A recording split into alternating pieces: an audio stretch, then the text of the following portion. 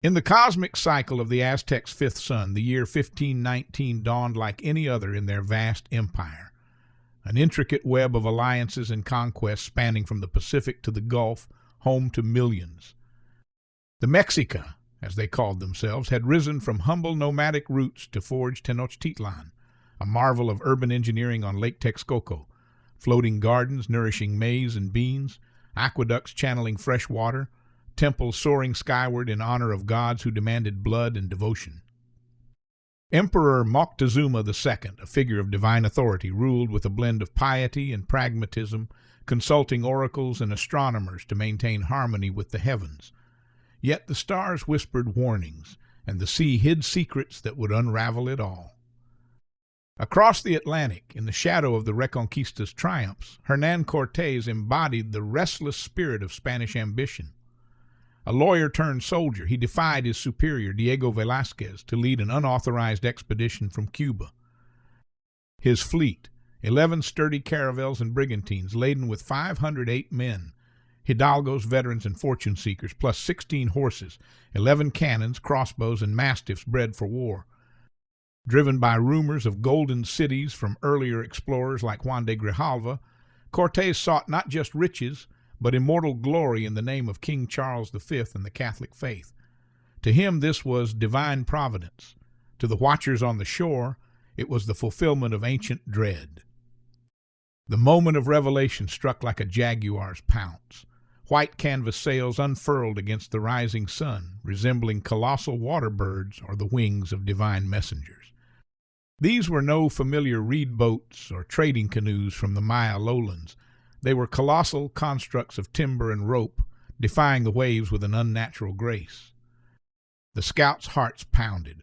Urgent signals flashed via smoke or runners. Whispers rippled. From whence come these floating temples? Are they borne by the winds of Tlaloc or the breath of Quetzalcoatl?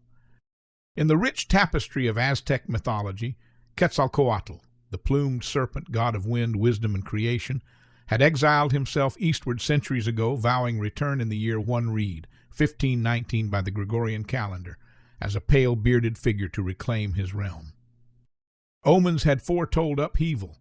A comet scarring the night sky in 1517, mirrors cracking without touch, a bird with a stone mirror revealing a vision of mounted warriors. Swift as eagles, messengers relayed the sighting inland, traversing rugged sierras and fertile valleys on foot or by canoe. In Tenochtitlan, a Venice of the New World with its canals teeming with merchants and nobility in embroidered mantles, Moctezuma convened his council in the opulent Huetlatoani Palace. Adorned in turquoise mosaics and gold, he pondered the reports amid incense from copal resin. Haunted by priestly divinations, temples aflame in dreams, lakes mirroring inverted cities, he feared the end of the fifth sun, the era sustained by human sacrifice to appease the gods. To test the stranger's divinity, he ordered emissaries forward with treasures, golden sun discs symbolizing Tonatiuh, jade beads evoking Chalchiuhtlicue waters, Quetzal feather headdresses rivaling the god's splendor. On the sandy shores of Chalchihuecan, near modern Veracruz, the worlds converged. Aztec nobles, resplendent in jaguar pelts and eagle warrior helmets, approached with measured grace, offering maize tortillas, roasted turkeys, and cacao beverages frothed with chili, symbols of hospitality and assessment. The Spanish, salt-crusted and weary, reciprocated with glass beads, woolen cloth, and iron tools. But awe gripped the Aztecs at the sight of bearded men whose skin gleamed like polished shell under the sun, encased in articulated steel that repelled arrows like divine shields. And then the mounts, colossal creatures with flowing manes, iron-shod hooves churning sand into thunder. In a land of jaguars and serpents, horses were mythical, giant deer without antlers, or fused man-beasts akin to centaurs from distant lore. An emissary, emboldened, extended a hand to touch one's flank, feeling warm muscle ripple beneath hide, only to leap back as it snorted, eyes flashing like obsidian. Cortés, a master of psychology, amplified the mystique. With a flourish, he ordered a harquebus fired, a blinding muzzle flash, acrid smoke coiling like serpents, the ball pulverizing a nearby boulder. The blast reverberated like the wrath of Huitzilopochtli, god of war. Some Aztecs prostrated themselves, others fled in terror, convinced these were thunder gods wielding lightning from metal wands. Muskets followed, their reports echoing across the bay. The air reeked of sulfur, a scent alien and infernal. Gifts escalated. Aztecs presented intricate goldwork, eagles with emerald eyes, serpents coiled in turquoise, treasures that ignited Spanish avarice, confirming tales of boundless wealth. In return, simple trinkets, but the exchange masked deeper intents.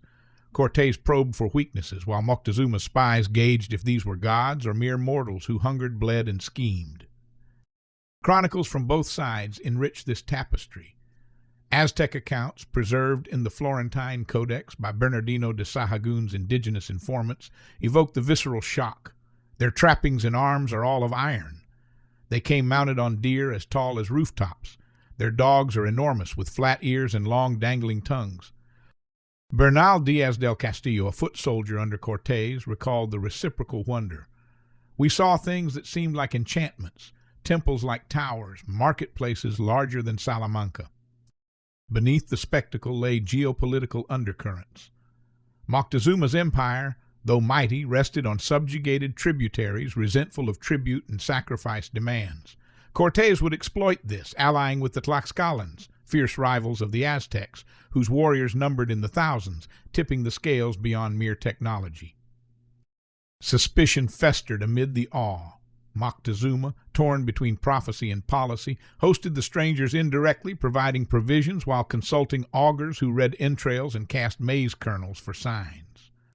Omens multiplied, a weeping idol of Kotliku, the Earth Mother. Fishermen netting a crane with a mirror showing armored invaders. The emperor's indecision, was appeasement wisdom or fatal hesitation, allowed Cortés to scuttle his ships, committing his men to conquest and march inland, gathering intelligence from interpreters like the Nahua noblewoman Malintzin, later known as Malinche, whose linguistic bridge amplified misunderstandings and manipulations. What ignited as a horizon glimpse ballooned into existential threat.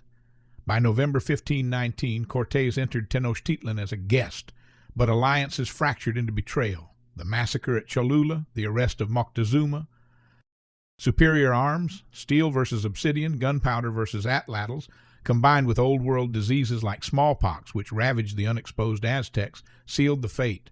Resistance flared under leaders like Cuitlahuac, but the siege of 1521 reduced the city to rubble, its canals choked with bodies. This profound encounter, a symphony of wonder, deception, and devastation, reshaped hemispheres. The influx of silver from New Spain fueled European empires, while Mesoamerican crops like chocolate and tomatoes transformed global cuisines. Cultures fused in mestizaje, birthing modern Mexico amid tragedy. It echoes eternal questions. How do prophecies blind us to reality? How does the unknown fracture the familiar? In those initial gazes across the beach, history pivoted on the edge of awe and abyss. If this deep dive into clashing worlds stirred your curiosity, explore more forgotten chapters of history. Like, subscribe, and enable notifications for future journeys through time.